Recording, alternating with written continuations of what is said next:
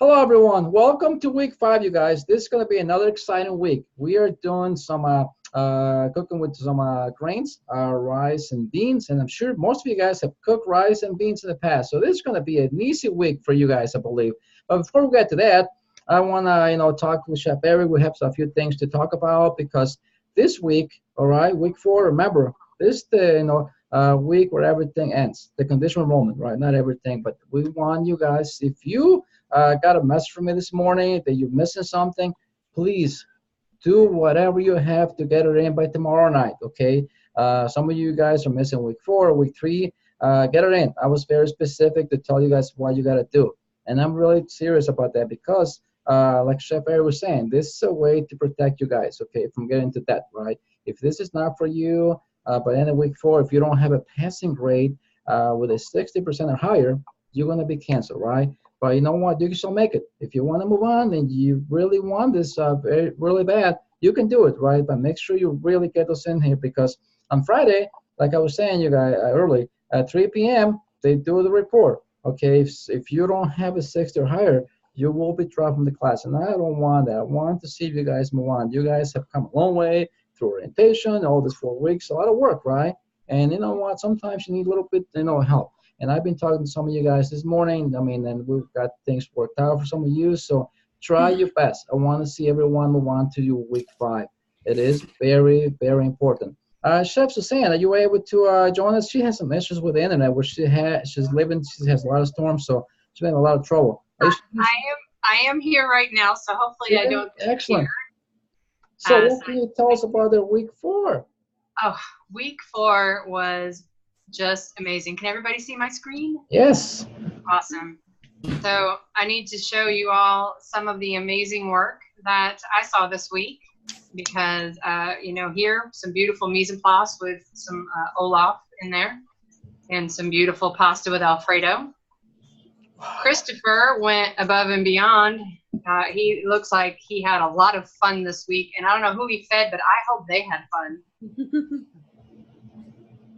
Travis also did some amazing work, and I wish I could put everybody in my PowerPoint, but unfortunately I can't. But we had some great stuff. I give some challenges to some of my students sometimes, and this week I wanted to see some stuff that looked like it might go on the cover of Food and Wine magazine.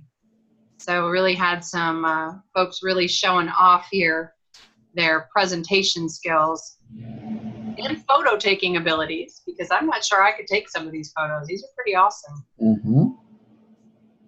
Right, some beautiful sauce going on there, some pretty garnishes. Sarah not only did that pretty plate of food, but she cans, so she canned all that for later. I can't can. I wish I could, but that is beyond the scope of my abilities. Angela also did this amazing presentation. Michaela also put in down here in the bottom, Chef, that is for the basil contest. She sent me the picture right there. It's already with Chef Kevin. Yeah, I thought we definitely needed to see that in here. So not only did she do that, she did some great stuff. Christopher, I'm not sure Christopher slept, because not only did he do these amazing presentations here with his pasta, but he also made some extra items as well. So we just had. So excellent work. I mean, I'm very proud of you guys. And I also want you guys to share these pictures too. And the class cafe, under the Share Your Creations. You guys, a lot of you guys are doing that. So I want everybody to see that. Also on your Facebook page, you guys have gone. You want to show this to the world. You guys are going to be very proud. All right. So Chef Eric, what do you have for us? I don't have an awesome PowerPoint, but I definitely helped out Chef Suzanne and shared some of our students together there to get incorporated. So great job, guys. I mean, you guys really are knocking it out of the park, right? Just finishing up, wrapping up week 4 there, having some fun. In a lot, I'd say probably like about 90% of the feedback narratives that you guys gave, you all are converting to making your own pasta and no more of that box stuff. That's awesome, right? You guys can, make batch after batch of that stuff. It's real quick, it's real easy, and it's way cheaper, right? Way cheaper. Just a little bit of elbow grease in there is all you really need. But you guys are hitting home runs, Be careful. though, to make sure that we are, still approaching that texting instructions question rather than giving your opinion pertaining to the progress, more pertaining to the instructions of the technique. Okay, keep it simple. Just keep it. Just talk about mise en place, and then, you don't have to say you washed this or you washed that. Just say mise en place, because that's what that is, right? Is making sure that you have everything in place, and that's the key to any successful chef. It's all about your mise en place. Have those cans of tomato already open. Have everything already measured, right? Have everything already washed and cut, right? That shows your preparedness, and it's very important. Don't take one picture of your carrots cut, one picture of your onions cut, one picture of this. That's making too much work that is unnecessary.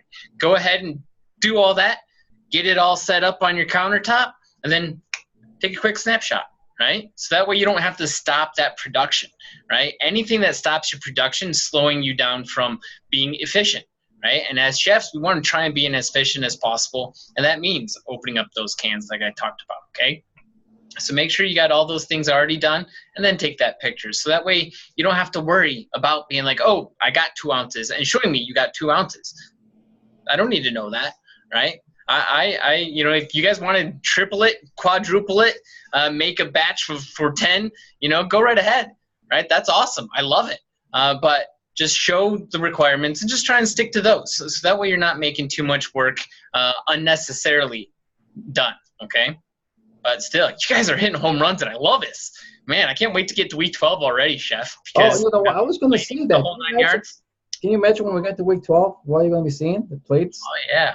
Oh, my God. Yes, and week 12 is all about plate presentation, so you guys are going to knock it out. Just a little quick, okay, like, for example, Chef Eric was saying, when you text, like, the instructions, okay, if I was going to text the instructions to Travis to make the pasta dough, I would say, combine all the ingredients. Knead the dough until it's nice and smooth and springy. Right? Wrap it up in plastic wrap. Let it rest, for 8 hours or overnight. Next morning, take it out, cut it in 4 small pieces, and roll it out, and then you cut it, right? That's it. That's what we want to hear, all right? So really simple. Just imagine that you guys are the chefs and we are not, and you want to tell us how to do this, right? It's a really easy one. So you guys are doing amazing work. Like Chef Suzanne and Chef Eric is telling you guys, I'm telling you, you guys are doing great. So, keep going strong. Don't give up. Don't let anything get in your way, all right? If you need help with anything, if you don't have all your ingredients, reach out to us, right? We have, ways to have you do your work, right? We talk about making it for your family meals. You don't have to spend extra money, right? Think like a chef. Start planning, all right? As long as you do that, you're not under stress. Everything is going to be so easy. You're going to enjoy this, and you're going to learn even more. Because when you start stressing, when you try to get your pasta dough on a Tuesday, right? It's not working, right? It's, oh my God, and things just go downhill, right?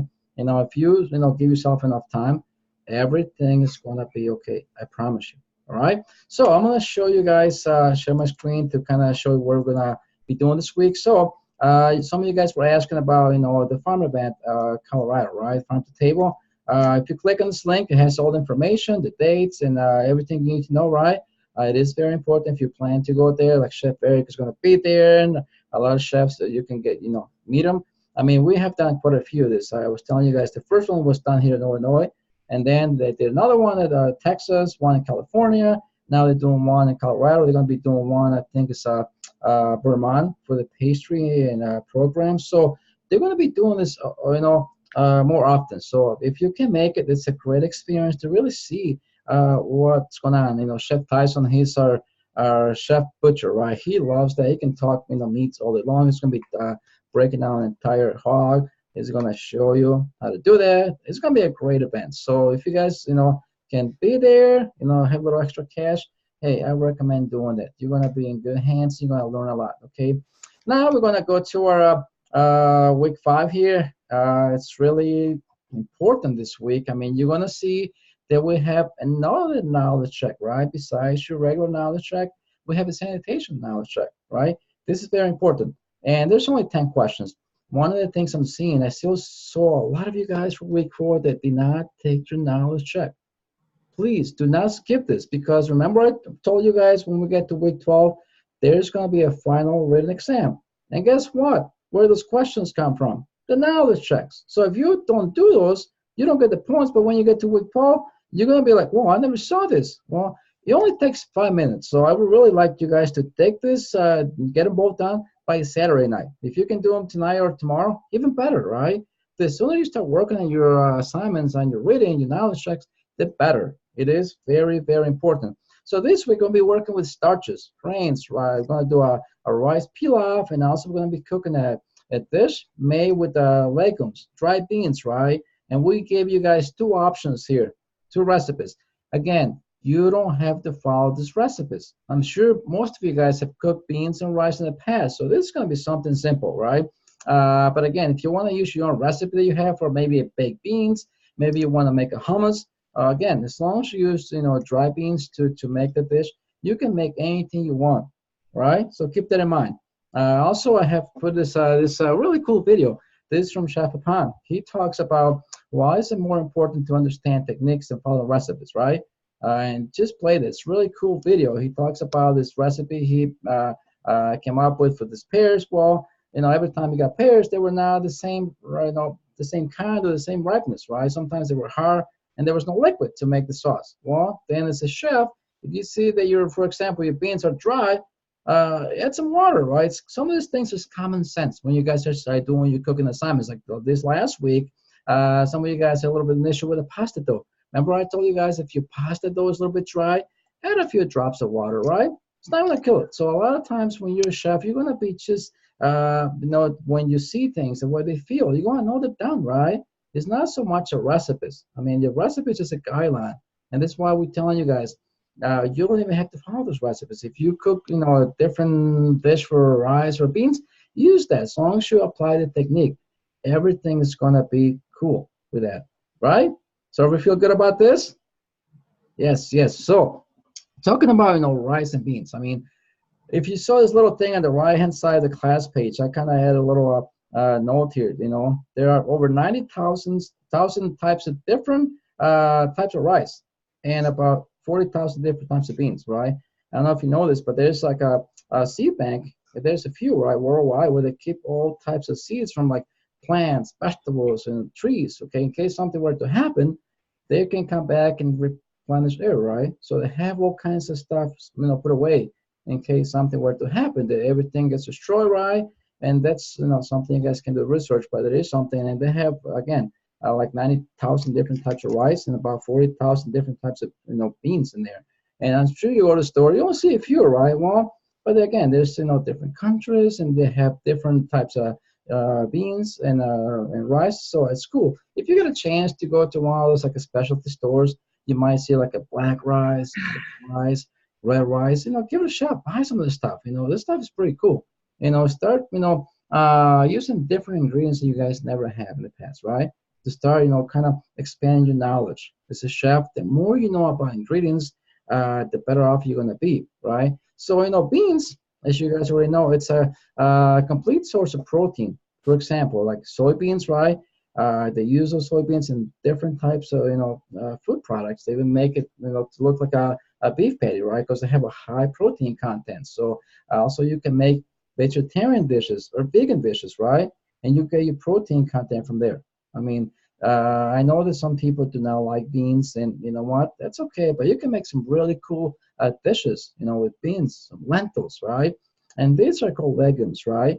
It's many times you call it legumes because any like peanuts too, right? They come in the shell, and these are from like legume family plants, right? Sometimes you're gonna see those labeled like that, but I mean, it's one of those things that there's a lot of different versions, of bean dishes. Like I see you guys like in Mexico, they do like different types of beans, right? Some are a little spicy, some are like refried beans, right? So again, you can try so many different things, different dishes. And once you understand how to properly prepare beans, you can make any kind of dish from around the world using any type of bean, right?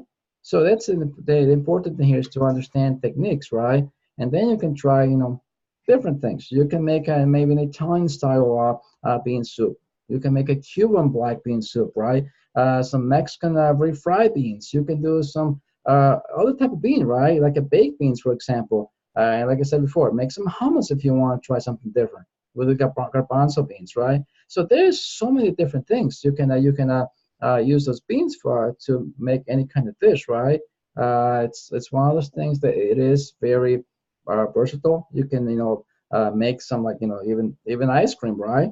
And the Asian cuisine they have like ice cream made with red beans, right? So I mean this is something that, oh my God, beans are like every culture that you can think of, they have beans in their diet and their cuisine one way or another, right? So that's why we focus on teaching you guys and learning techniques and not so much recipes. But again, you want to learn that and when you get to your work cuisines class, right? Any questions so far about what we're talking here right now? Anything you would like to add, Chef Eric? What about you, Chef Suzanne?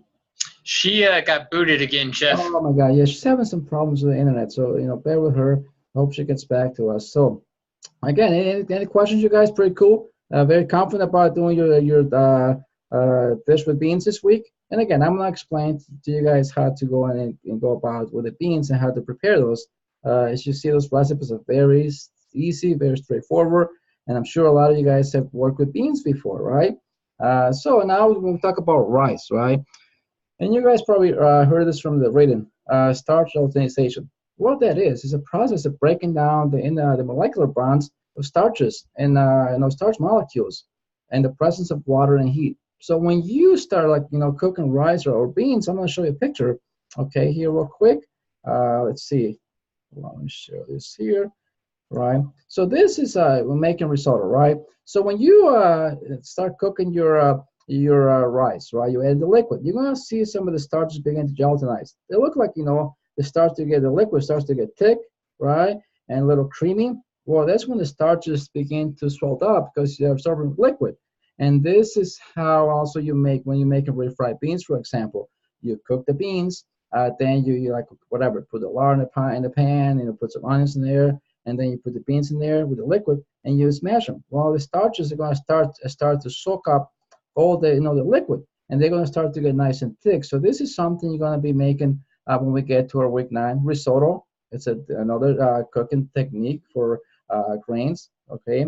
And I mean, some of you guys probably done it, and you're going to see this, right? That when the starches starts to heat up and then cook with the liquid, right? They start to get thick, and that's what it gives you the nice creaminess and your risotto, right, on your rice. So also in like different starches like potatoes or beans. So it's something that there's a lot of science in here in cooking, right? So for example, if your beans are getting too dry, right, that's because the starch is soaking up too much water.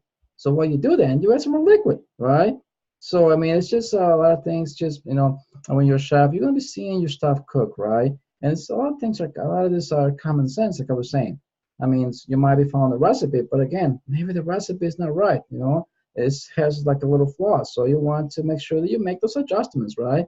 And at the end of the day, everything is going to work very fine. So the different types of rice, too. There's like I said, 40,000 different types, but they're breaking down like long grain rice, short grain. We have like a wild rice, but those are the main, things so that they break them down, short grain and long grain rice. The difference is this week you guys want to use a long grain rice, right? Because this type of rice is a little bit softer. It doesn't have as much starch. And when you're making a pilaf, right, there's nothing wrong to use a different type of rice, like short grain, but the results might be a little bit different, right? You want to have this pilaf rice to be very fluffy, right? If you have a rice that's very starchy, like a short grain rice, like the one we use for sushi or risotto, when it cooks, it's gonna be a little bit more creamy, right? Because there's a lot of starch in there, and when it cooks, it's gonna be like not as fluffy as the one you would have with like a long grain rice, because those have less starch, and that's why it's recommended that we use the right type of grains when you're making different dishes, right? But again, there's no laws that says you can use the medium grain rice to make risotto. But as a chef, you always are going to be using the ingredients that are going to give you the best result for that particular cooking method, right? So I mean, risotto comes on week 9, but it's something, again, don't be afraid. I know that sometimes we hear like chefs on TV saying, "Oh, making risotto is close to impossible." It's not. We're going to show you guys just like the pasta, like Chef was saying. You guys come back, and we told you this last week, when students go out and make their pasta, the following week they come back like, "Oh my God, this is so easy, it's so cool to make and so good." The same thing is going to be when you guys start making your risotto dish later on. And then this week, the pilaf, I mean, you guys are gonna love it. It's one of those techniques that, you know what, it's kind of foolproof, really. If you measure your liquid and your rice, you know, properly, ratios, and you follow this, you know, the cooking method, I mean, you can't really fail. Everything is gonna come out so nice, and you're gonna love your rice this time around. So, you know, cooking methods. I was talking about pilaf, right? So pilaf is not a recipe. It's not a type of rice. It's a cooking method to cook grains, right? And you can cook different grains, not just rice. You can do quinoa, you can do farro, you can do any kind of, you know, grains using this method, right? The pilaf method. So what it is, you start with little, you know, little oil. This week you ask for onions, right, to flavor, you know, the rice. A lot of, you know, if you do some research, some different countries, they add more vegetables, maybe some dried fruits and so on and so forth. Maybe meats, right? You start by, you know, sauteing those to get them start to develop some flavor. Then you're gonna toss the rice in there. And you're gonna pearl the rice, pearl and skull when you kind of toss the rice with the oil, the fat, and it starts to kind of, you know, get a little crispy, right? Then you're gonna add your hot liquid, your stock, right? Then you're gonna bring it to a boil. You're gonna put a lid on that, right? And then it's gonna go in the oven, 350, for 20 minutes. Set a timer, right? Once those 20 minutes are up, you take it out. Don't mess with the thing. Don't open it up. Leave it closed. Don't open it up. Don't peek in there. Sit it on the stovetop for 5 minutes. After that, you're gonna take a fork and fluff your rice, right? You're gonna fluff it really nice. That's gonna be the best rice you guys ever had.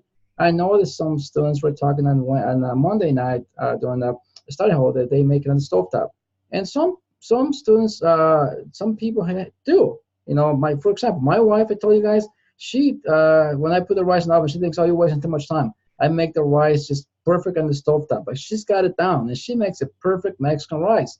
I mean, it's fluffy, is the best. But me, in a restaurant setting, when you're busy, you don't have time to be watching the pot. So you kind of put it in the oven because we make huge amounts.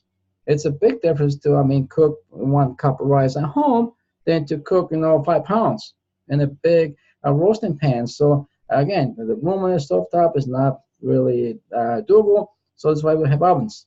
We start on the stovetop, we cover that, goes in the oven, set the timer on. When the timer goes off, you take it out, set it on the stovetop or on the prep table, let it rest for 5 minutes, then you fluff it. You dump it into a hotel pan, sheet pans to cool down, right? So you can use this rice for a couple of days, right? You can reheat it. And that's how you do that. And that's why it's one of those things that when you follow this technique, you're going to love it, because that's how it's done in the restaurant setting. Remember, you guys are trained to go work in the restaurant. And we want to give you the tools to be successful, right? To succeed. Does that make sense? Cool. Also, you know, the risotto method, like I was telling you guys, that's another cooking method. It's not a dish, it's not a recipe, it's a method, all right?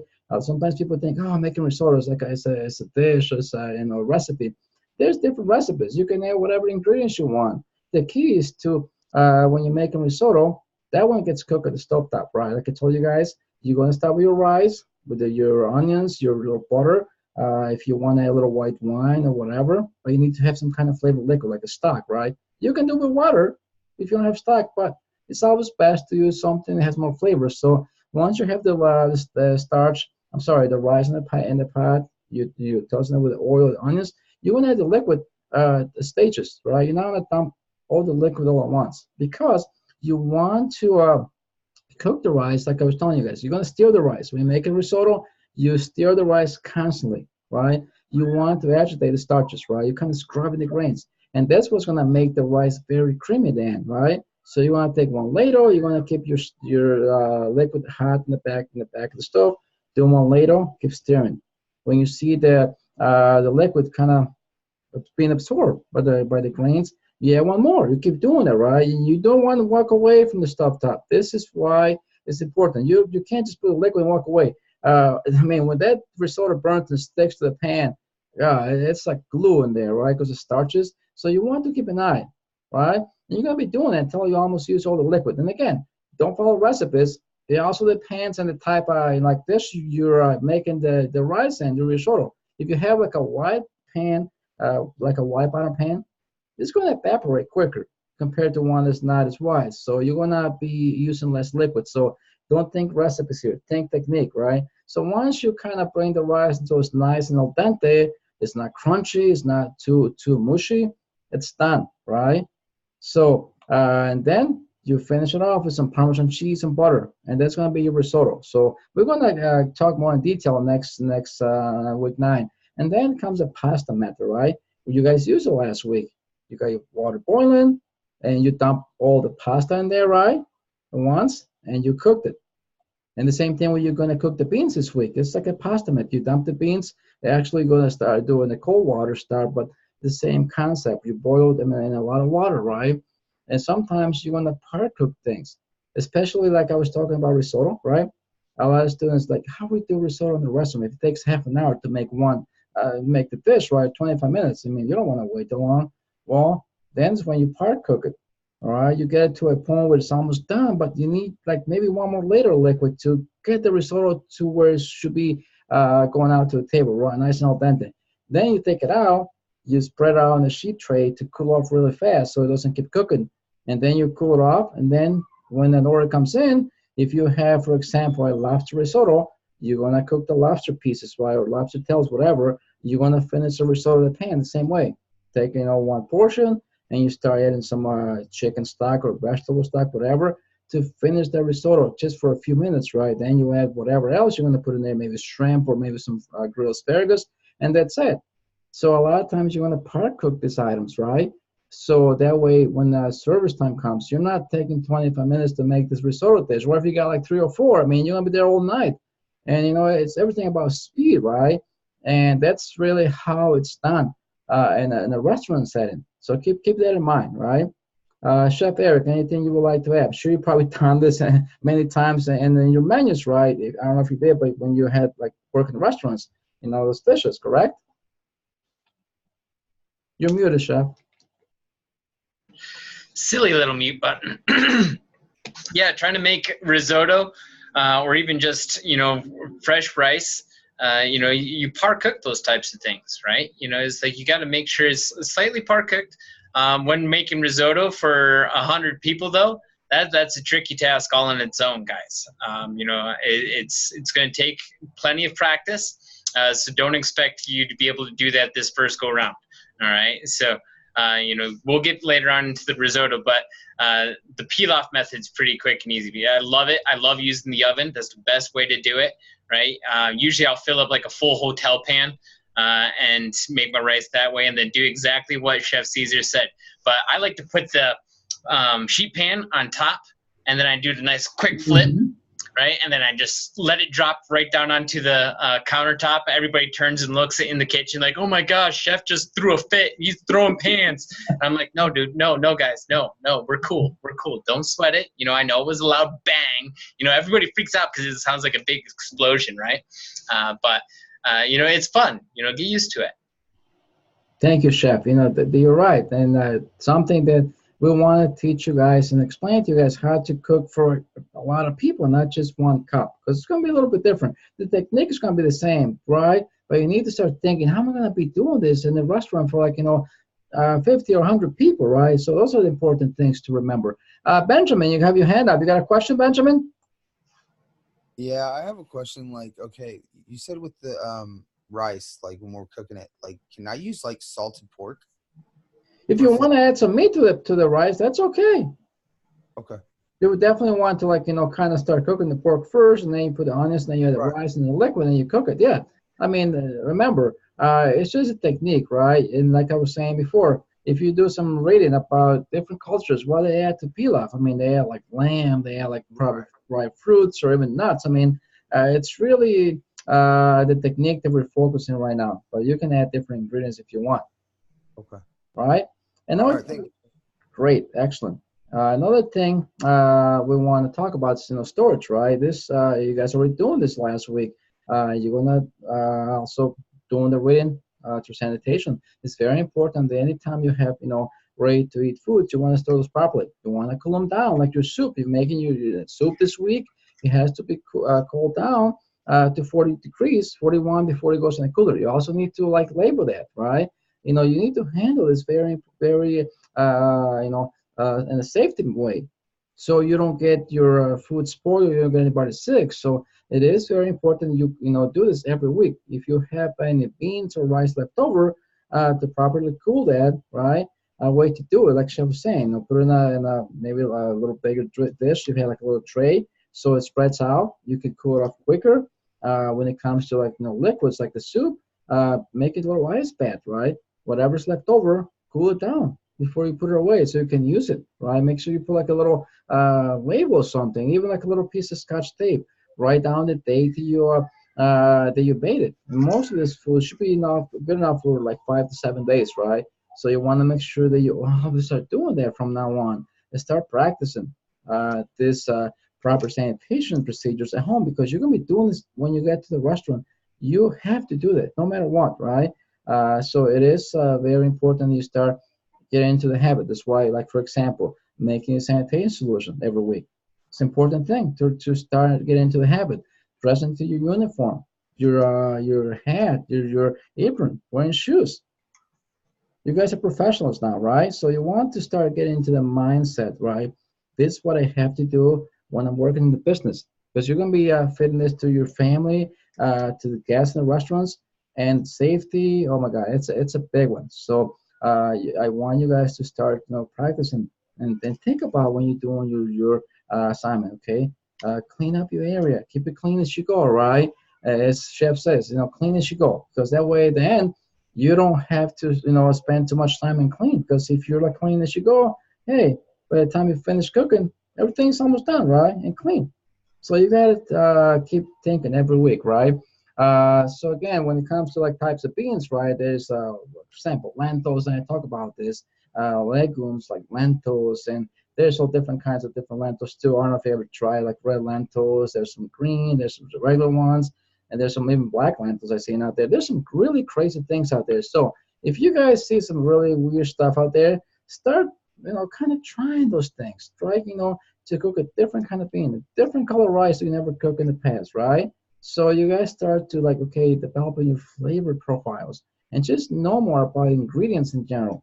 The more you know, the better off you're going to be, right? And that's, what we want. It's not going to happen overnight, okay? We understand that. I mean, even Chef Eric and I, there's some things we've never seen, but we learn a lot from students. So many times we have students like from different parts of the country or the world even, and they have different, ingredients that they use. We have students from like the Middle East, some from Africa, right? And they have some cool stuff like fruits and vegetables I'm like, we've never seen here. So it's really great that we get to meet students. They have different cultural background. But again, it is so cool to see, how everything's kind of connected together, right? They use the same cooking techniques, but they're using different ingredients, right? Different spices. But it's great because you know what? At the end, food brings people together. Oh my God, who doesn't want to try, a dish from a different country, right? Even if it looks a little strange to us, man, give it a shot, right? I mean, I know that there's some cultures they have different dishes that it's not too appetizing to us, but you know what? Give it a shot. As a chef, you want to try at least once, right? And then see what it's all about, right? See, what I like to say, Chef, is that just because it doesn't look good doesn't necessarily mean that it doesn't taste great, right? Because not everybody's an artist, right? Some people make some pretty sketchy looking meals out there, but if you don't know what's inside it and you just go ahead and taste it without knowing that, hey, it's monkey brains, oh, hey, it's, buffalo balls, whatever, it doesn't matter, right? It's like, I played a trick on my sister the last time she came out, right? She doesn't like knowing about hunting and meat and things like that we'll go ahead and go and, get, and so I made a venison meatloaf. And she wanted seconds. She wanted third. She's like, this is delicious. She was like, Eric, man, this is awesome. Thank you. I was like, well, you just ate Bambi. How do you feel now? And she was like, oh my God, I can't believe you. Right? So what you don't know doesn't hurt you. You might as well just go ahead and give it a try. Right? So taste it. Taste the world. Andrew Zimmerman, look at that guy. He's just going around the world tasting things. He will taste at least everything once, right? At least once. Why? Because he's a curious chef. And where does curiosity lead you? To excellence. because you're going to taste something that you never knew about in your entire life. You might go travel to some, far off third world country or something and try something like Chef was saying that you've never thought of before. On Instagram, I'm part of this Eat This or Not website, and they post different pictures of just random ingredients, right? And I'm just like, what is that? What is that? And I'm learning more and more every single time I just log into that and I look at it and I'm just like, wow, okay. And some things look disgusting, but they say, you know what? It's flavorless. I was like, how can that be flavorless? It looks absolutely repulsive. It looks like boogers. It's just like, how would you want to eat that? And it's like the replies I get from some of those people in the chat, they're like, oh, no, it actually tastes like pineapple. I was like, what? It's like there's so many different things out there. Why not just taste the world, guys? Yes, and you're going to gain so much knowledge and expand your horizons. And that's what you guys want to do. Flavor palette. Let it grow. Yeah. And some of you guys are talking about, like, your plate presentation is not the most beautiful one right now. And don't worry, you guys. I told you before, Chef Eric and I began at the same place. My dishes now look as near as they look now, right? But you know what? With practice, with time, things will come together. So one of the things that I told you guys last week, go online and do some like a Google search on, how to plate a bean soup or how to plate a rice pilaf, whatever, and see how all the chefs are doing. Then you kind of just take some ideas and make them your own, you guys. Develop your own or like flavor profile, your own way of presenting your dishes, right?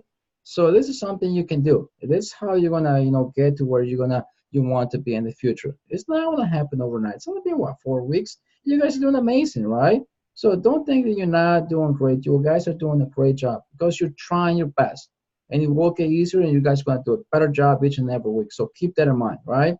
Another thing too that you heard about the beans, right? To soak them or not to soak them, right? One of the things that when you soak beans too, beans by nature, they have some toxins in them, right? They're natural occurring toxins. So when you do soak them, you kind of remove some of those toxins, right? Also, when you soak beans, you kind of shorten the cooking time because they're getting softer, right? So one of the things that sometimes chefs do, if they forget to, like, oh my God, soak the beans overnight, if they in a hurry, they soak them in hot water for, half an hour, and then they start cooking those. But they're going to take a little longer to cook. Another thing to remember, chef, if you live in a high altitude like Chef Eric, one time I had a student, it was part of my fault. She was like, Chef, my beans are not cooking. I'm like, what's going on with her? It's like, how come not cooking? I'm like, do you have water in there? It's like, yes. Then I realized, okay, well, where do you live? Why? Well, she lives in Colorado somewhere, and she was freaking out. I'm like, okay, listen, a lot of times we like live in a high altitude. It's going to take longer. So chefs, when you cook beans, you put a lid on top of the beans to kind of keep the pressure, chef, to build the pressure to cook them a little longer, or you just cook them longer? I just cook them longer. Yes. And never add salt. Yes. Now at the beginning, you want to do it then. That's my next thing, right? Yeah. So if you see your beans are not cooking, just, you might need a little more water, right? Because you know what? If you're like, okay, the beans are not cooking, they're drying up and they're hard. Guess what? Well, add some more water, right? Otherwise, they're going to dry up and they're going to be dry, right? And they're going to be hard, and they're not going to cook. So like I'm telling you guys, start thinking like chefs. If you see your beans are kind of, okay, there's almost all the liquids gone, they're still hard. Well, add some more hot water. If you add some more water to your beans, if you need to add more, you want to make sure the water is very hot. So you take like a little cup or like a little small saucepan, boil the water, then you dump it in there just to make sure that they cook really nice. So if you soak them overnight, make sure you put enough water, right? One time I was working in this restaurant, I had this line cook soak some black beans. Well, he didn't put enough water, so the next day the beans grow and they come, they went over the containers, like all over the floor, right on the edge of the table, and it's like because they expand. You want to make sure you cover those with a lid, like an inch and a half above the beans with cold water, right? Then next day you want to throw the water away. You don't want to cook them in the same water. Rinse them, put them in the colander, rinse them, and you want to start those in the cold water. So you put some cold water in the pot, throw the beans, turn it on, right? And then you want to see some foam come to the top. You want to skim that foam. Some of those are impurities, like toxins, you want to remove, right? And it's like the same thing with the chicken stock, right? After a few minutes, there's no more foam coming to the top. So just lower the heat and let them boil. And don't put any salt at the beginning. You want to add some salt almost at the end. Almost when the beans start to get soft and you can feel them like kind of mushy, you add some salt, right, to the beans. And then Once they're cooked, you can make anything you want from those beans. You can saute maybe some onions, some peppers, and whatever you want, and make a bean soup, right? If you want to make some refried beans, right? Or you get some pork lard, you put some onions in there, kind of fry, excuse me, the onions really nice, get it really hot, and then you dump some of the beans there, then you kind of smash them to get them nice and creamy. So that's how you want to do them. So the thing is, when you soak them, you kind of cutting down the cooking time because they're going to be softer, right? So otherwise, if you just put them dry like that, they're going to take longer to get done when you boil the beans, right? So again, using fresh or dry beans. Most of the time, we don't see fresh beans, right? But those are like, oh my God, really good when they're fresh. I'm not asking you guys to find fresh beans. Use dry beans, they're fine. But again, when the fresh beans, they cook so much quicker, and it's just more tender, right? They cook very fast. And I was lucky enough to grow up in the farm where we had that, right? When you harvest the beans, they're now like really dry. You can do that, so you can kind of shock them and cook the beans like that. They cook very quick, and it tastes even a little bit different, right?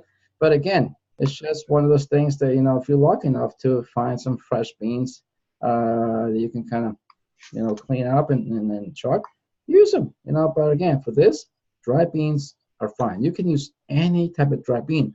And again, you don't have to follow those recipes we give you, but you just need to make rice pilaf and one dish with beans. Okay, cool. Are we good, you guys? Any questions? Let me take you to the assignment, to your recipes here. Okay, so we're gonna go to the pilaf, right? This is a very easy recipe, right? So you're gonna have some butter, 1 ounce. If you don't have butter, you can use oil. Okay, don't sweat it. 1.5 ounce of onion. Make sure you cut them into brunoise, right? You don't want to have some big piece of onions, right? Like this. The grains of rice are very tiny, right? They just do have flavor. So you want to think about your knife skills. Cut them into brunoise, very, very small, right? Then you're gonna need some 8 ounce of long grain rice. Okay, if you have medium grain, that's okay. Use that. 14 ounce of chicken stock or water.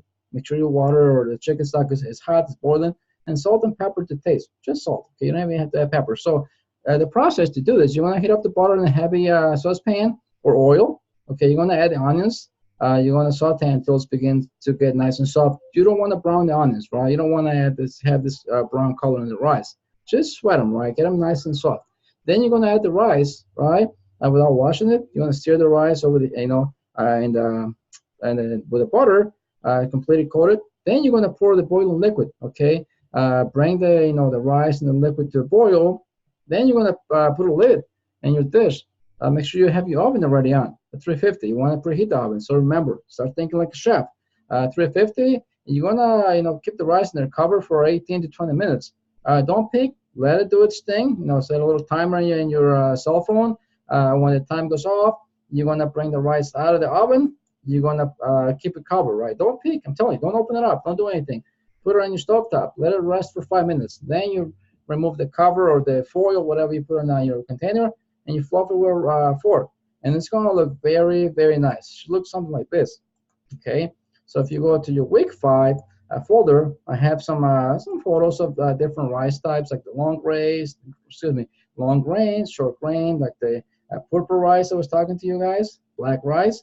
So we go to the rice, right? So these are your photos, right? You have your self-ID picture, really self-explanatory.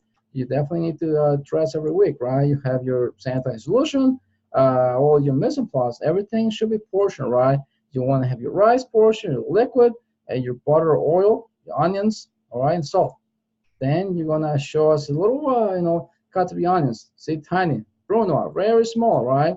You're gonna add the butter or oil to the pot. Sweat your onions, don't brown them. Just keep the heat on low, especially if you're using like whole butter. Whole butter burns very quick because it has milk salts in there, so you don't want to burn it. Then you're gonna toss the rice in there, right? Toss around, add the liquid, bring it to a boil, and then it goes in the oven, right? Then when it's done, it should look something like this, very fluffy. See how you see the grains are not sticking together individually? And then that's it. You got your pilaf rice done, right? So then, any questions about your rice, you guys? How many of you guys have done this before? I'm sure a lot of you have, right? See, almost all of you guys have done rice. Have you guys made it in the oven or on the stovetop? Unmute yourselves. Stovetop. Benjamin, on the stovetop. Okay. Stovetop or a rice cooker? Stovetop. Well, try this. Stovetop. Good. Try this time in the oven. I've done both. I've done both. See? Stovetop. Okay. Hey, chef, you want to tell the story about the student who used to wash her rice? Remember they Yes. This I just tried to cook. I don't wash it this time. I just try it the first time. But when you cook rice, when it's ready, you know because they smell ready. You smell the rice when it's ready. When you cook on the top. See? That's a good trained chef. Very similar to that of cooking cookies, right, Brigitte? Yes. You Yeah, smell when it's ready, you smell it. That's you mean gotta it's pull 'em out of ready. the oven. Yeah, it's better than when you put it under the oven. And when you have to make a little bit water if it's not enough. When the water is too much, you have to take it out. Take some out, put it on the board, and before you just finish it, you try it. You take one and try it with your hand. When it's soft, it's ready. You're gonna see that. When it's not, you're gonna put the water. You just take it out to put it a little bit and cover it, and that's it.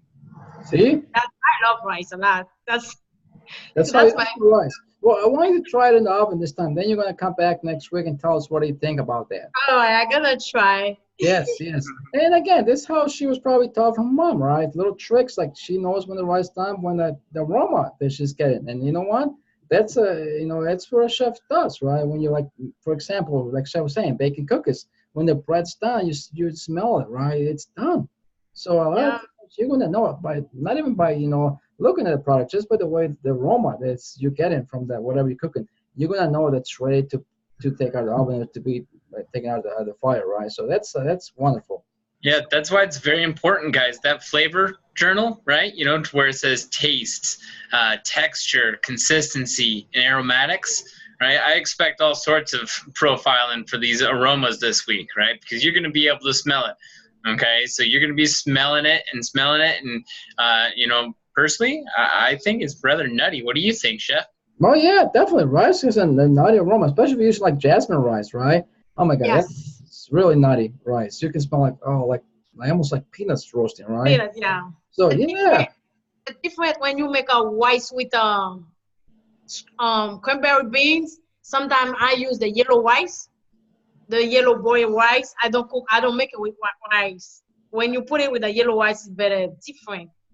It's look nice. yeah. You know what? And you're right. When you use different types of rice, they have a little different aroma and also actually texture and the taste too. So that's something you guys want to start looking at when you guys are explaining, the texture, the aroma, the mouthfeel, and use that flavor wheel to give you guys an idea, a reference, right? Open it up and look through, see what you're getting when you're like, okay, sweating your onions. What did you get when you're sauteing your onions? You got some beautiful aroma, right? What did you get? Yeah.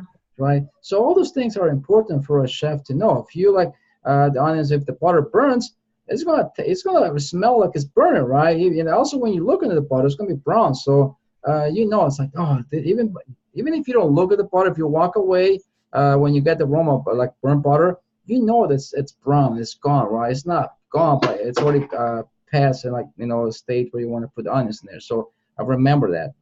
Let's go back then to talk about the beans, right?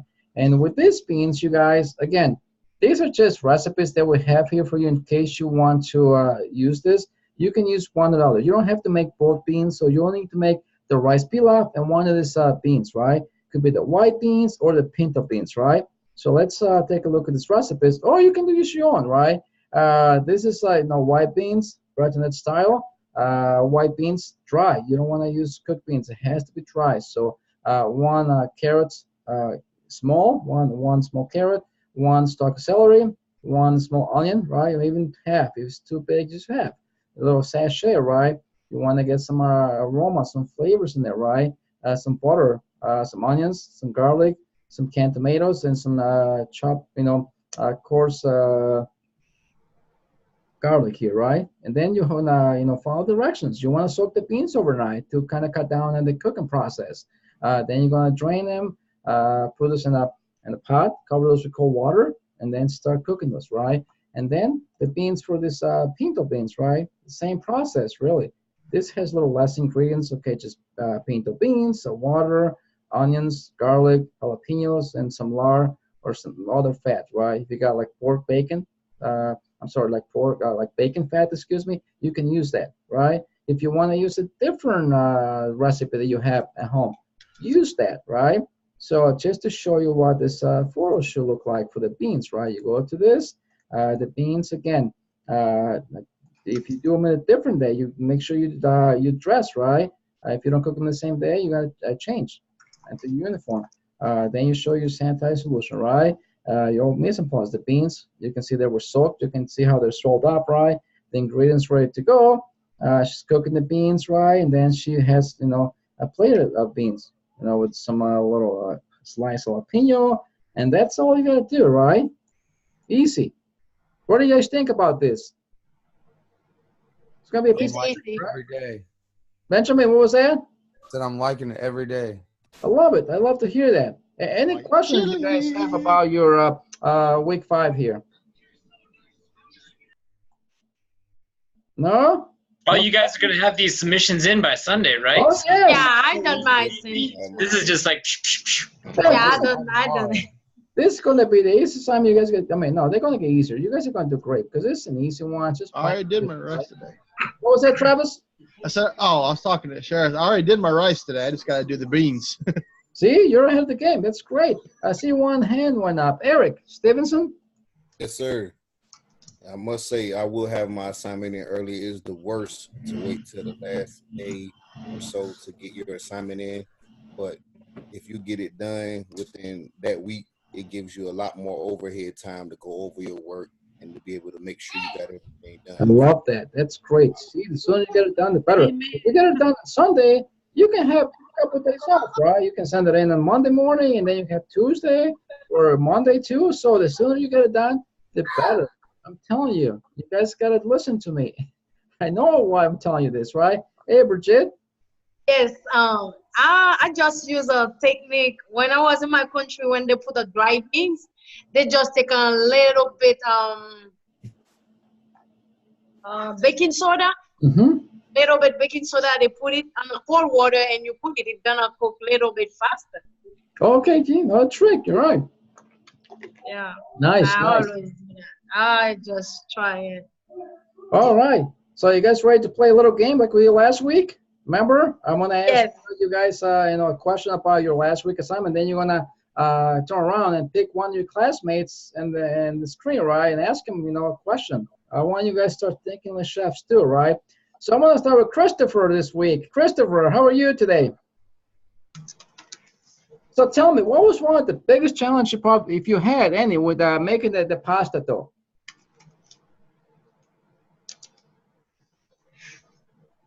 Chris? I can't hear you. Something's going on. I can't hear you. Okay. I still can. Sorry. Let's come back to you. Let's see. Sarah. Let me start with Sarah. I'm sorry, Chris. We can't hear you. Maybe maybe try to get your volume, your microphone on or something. I see you're unmuted, but we can't hear what you're saying. Okay, Sarah, then we'll come back to Chris to get your sound. Sarah, you with the pasta dough, what was any challenge you came across when you're making the dough?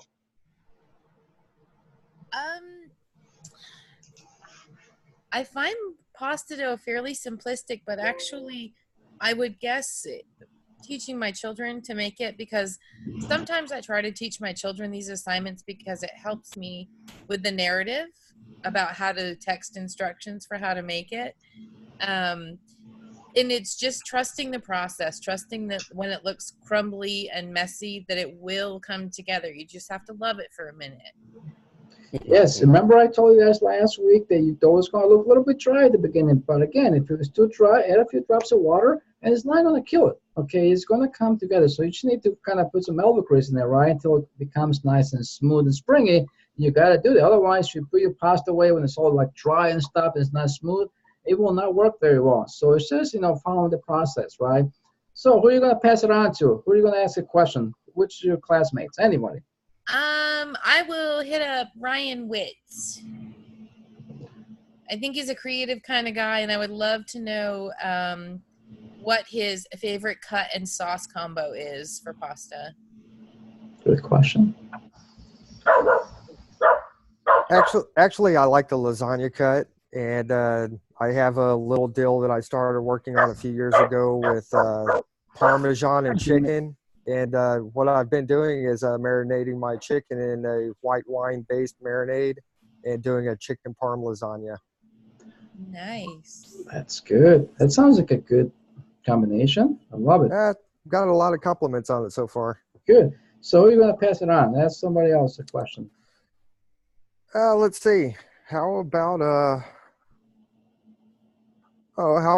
Travis? Travis, let's see. Travis is a very in tune guy. I want to see if I can give him one that's going to boggle him a little bit.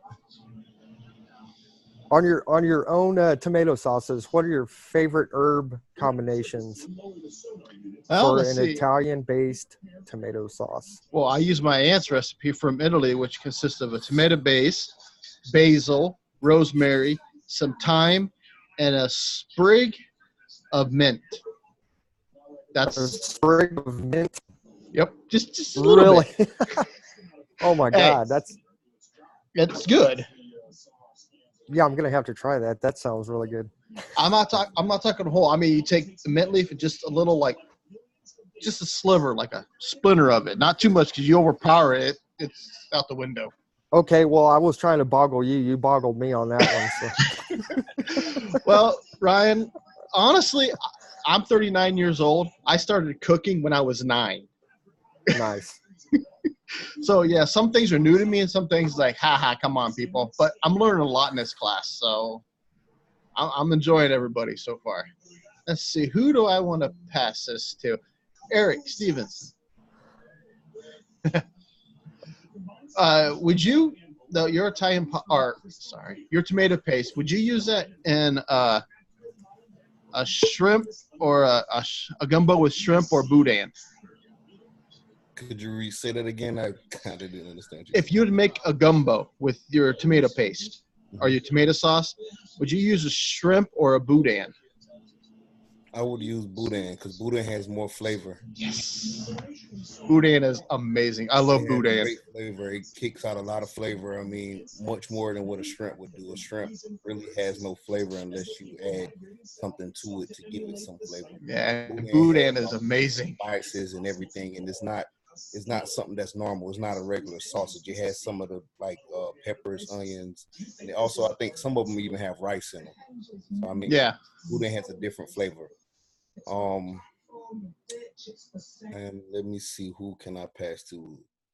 Paul Kirk.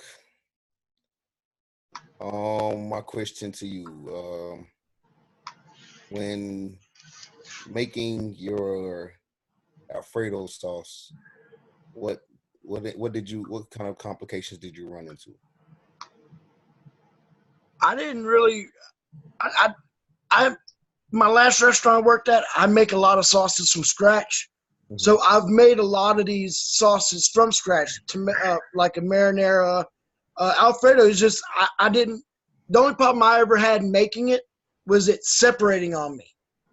Like, not getting the right, the heavy cream and maybe over boiling or overheating it a little bit too much.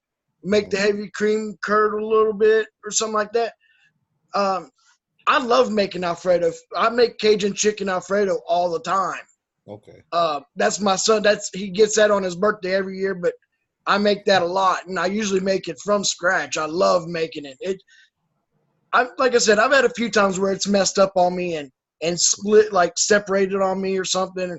I didn't put the right combination in the pan itself. Right. So. Who are you going to pass it to, Paul? Oh, man. I wasn't here for last week. I was with my dad, so I apologize about that. Let me see. Uh, Ashley's got her hand up waiting. Ashley, yeah, Ashley, yeah, let's ask Ash. Was it Ashley that? Ashley. I would love to ask Ashley. I think it was Ashley. Was it Ashley that had the problem with the onions? I want to know how she has a hard time with cutting up the onions for different dishes. I think Brittany was the one with Oh, was it Brittany? Yeah. I You couldn't can remember ask the Ashley name. anything you like, my man. I don't have any questions right off the top of my head.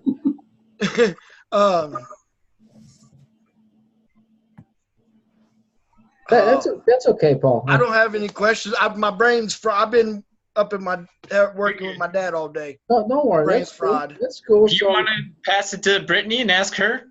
Go right ahead and ask Brittany how her onions are cut. Was it I believe it was was it you, Brittany, that was having the trouble with the onions? Yeah. What's the hardest part you have about cutting the onions? Well, I try to cut them into squares. It just falls apart.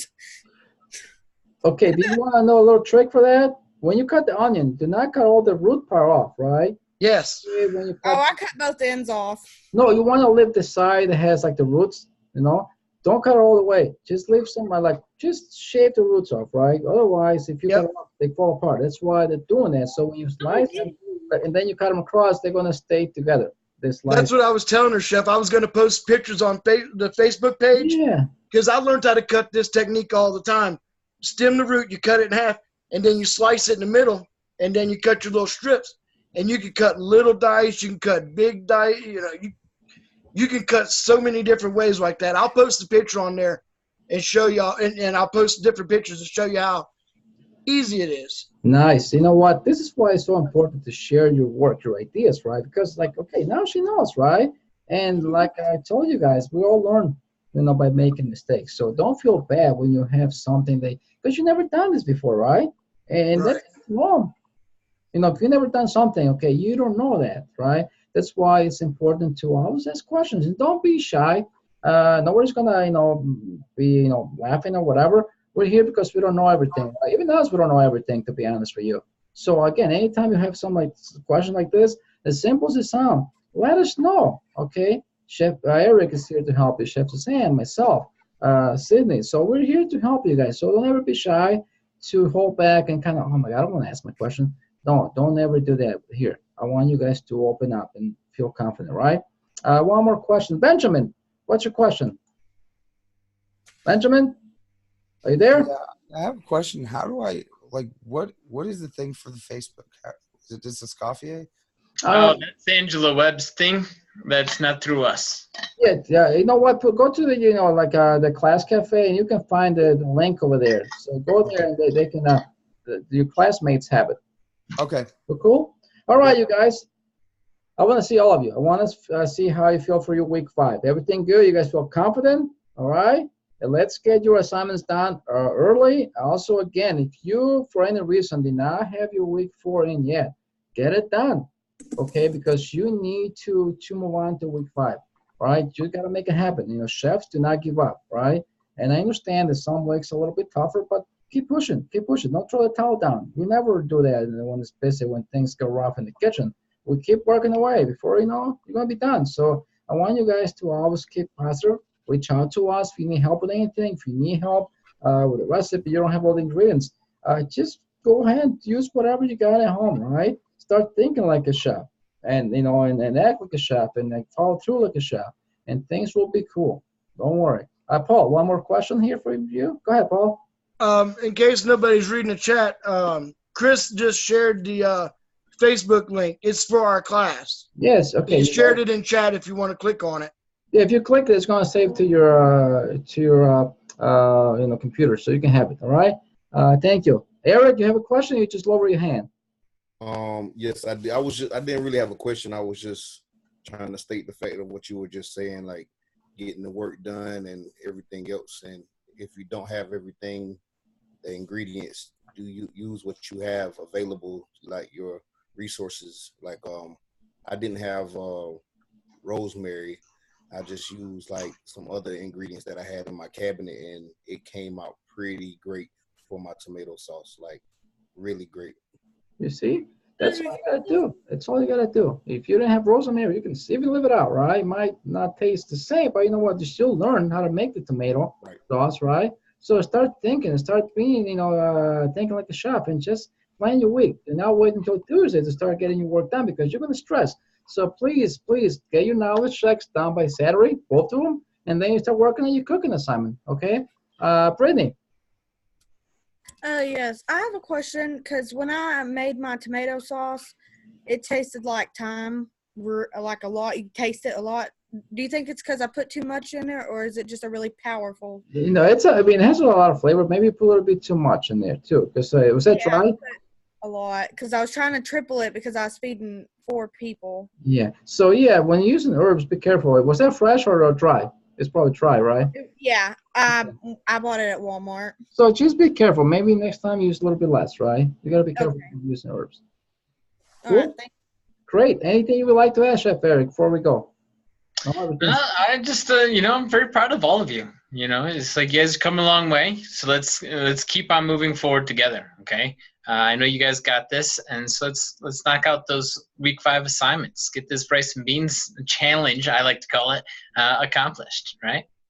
Yes, excellent. You guys can do this. I'm telling you, you guys are doing an amazing job, and we're gonna keep saying this to you every week because we really mean that, right?